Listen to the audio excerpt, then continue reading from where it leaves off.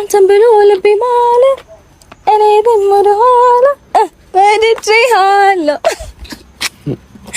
አፍቅሬሃለሁ አልፈልግም ሰው ይቅርብኝ ያንተ ብቻ ነኝ ጥብቅ እንዳትለቀኝ ደበትህ ይናፍቀኛል ሁለመና ድቅን ይላል ባይኔ አብረን ሳለን ያሳለፍነው ልቤን ደስታ እየሞላው ወሰን አይገድበው ቃላትም አይገልጸው ራስ ልታሳፍረኝ ነው ይጨርስልህ ከዛ ምን ነበረ